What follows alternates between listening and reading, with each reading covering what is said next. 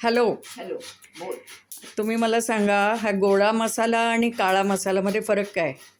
फरक काही नाहीये. हां तळणीत तुम्ही जास्त तळला की तो काळा होतो म्हणून काळा मसाला म्हणतात, हां. आणि सुकं खोबरं आणि तीळ घातलेले असतात म्हणून तो गोडा मसाला. अरे वा. कारण आपल्या इकडच्या इकडं खोबरं कोणी घालत नाही. मग बिना खोबऱ्याचंच करतात? हं. ओहो. होय. असं गोव्यात वगैरे खोबरं घालत नाहीत मसाल्यात.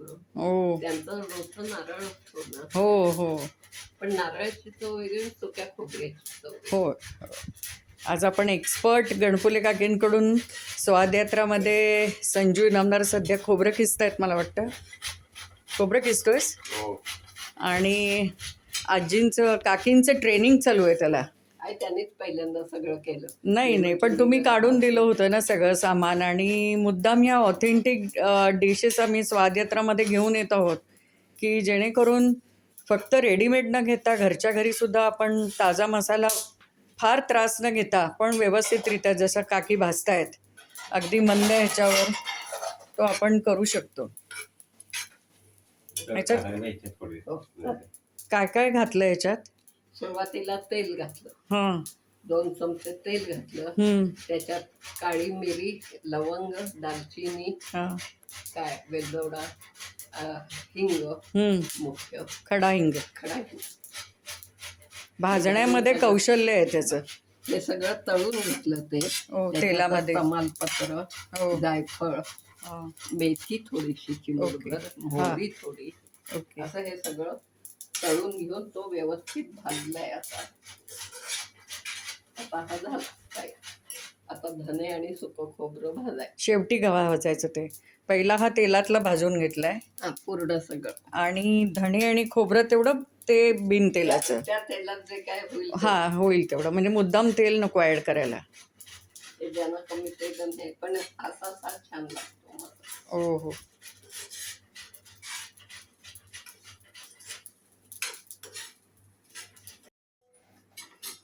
लोखंडी कढईत केलेल्याचे फायदे काय गणपुले काकी? आयर्न जातो पोटात.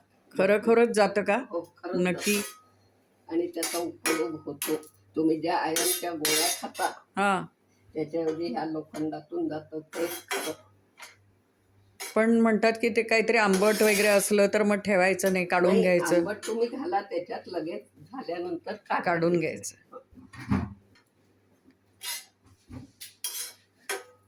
आमट्याला तर लोखंड काय वाईट नसतं तर, फक्त तुम्ही जे तासन तास त्याच्यात हो, ठेवलं झाल्यावर शिजवून काढून घेणे. काढून घे.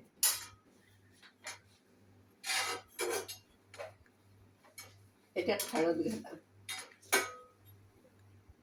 हळकुंड आहे, घालूया का? घाला, काही घाला, त्याला काही नाही.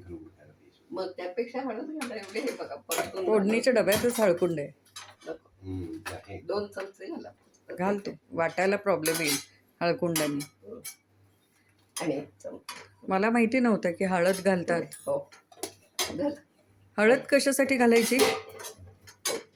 हे नाही का आयुर्वेदिक हळदीचा स्वाद जो येतो मसाल्यात, मुद्दाम घालतात. ओ.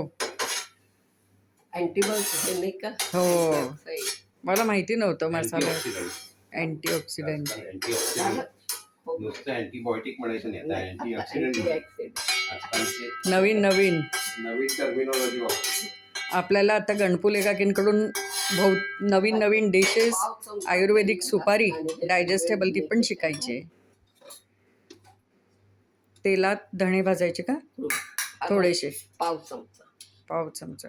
खूपच कमी तेलात हा मसाला आहे अगदी. आणि आता धने घेतात त्याच्यात आणि परतायचे ते काळे होतो सगळे.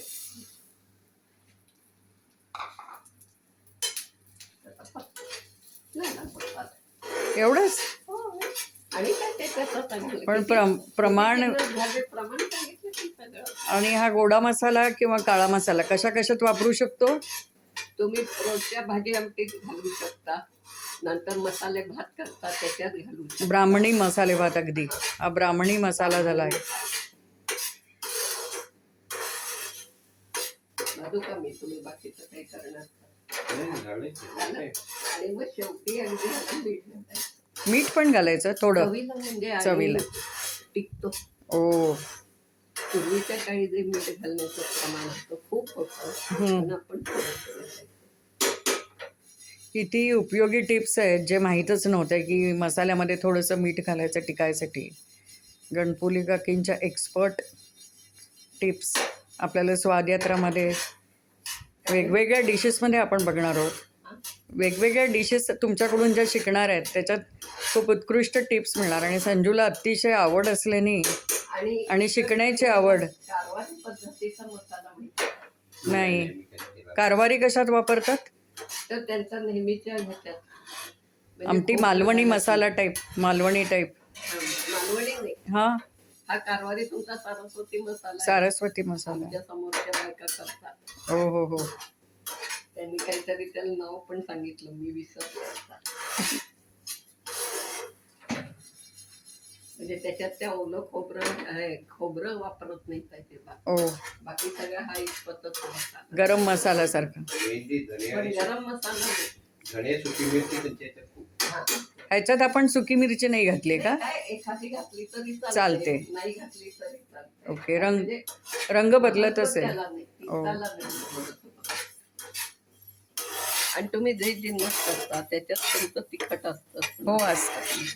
आणि ते बरं अंदाजाने घालता येतं. त्यामुळे याच्यात तिखट नाही. दाखव मसाला. हा सगळा मिळून 200 ग्रॅमच्या वर होतो. हा, हो, नक्कीच.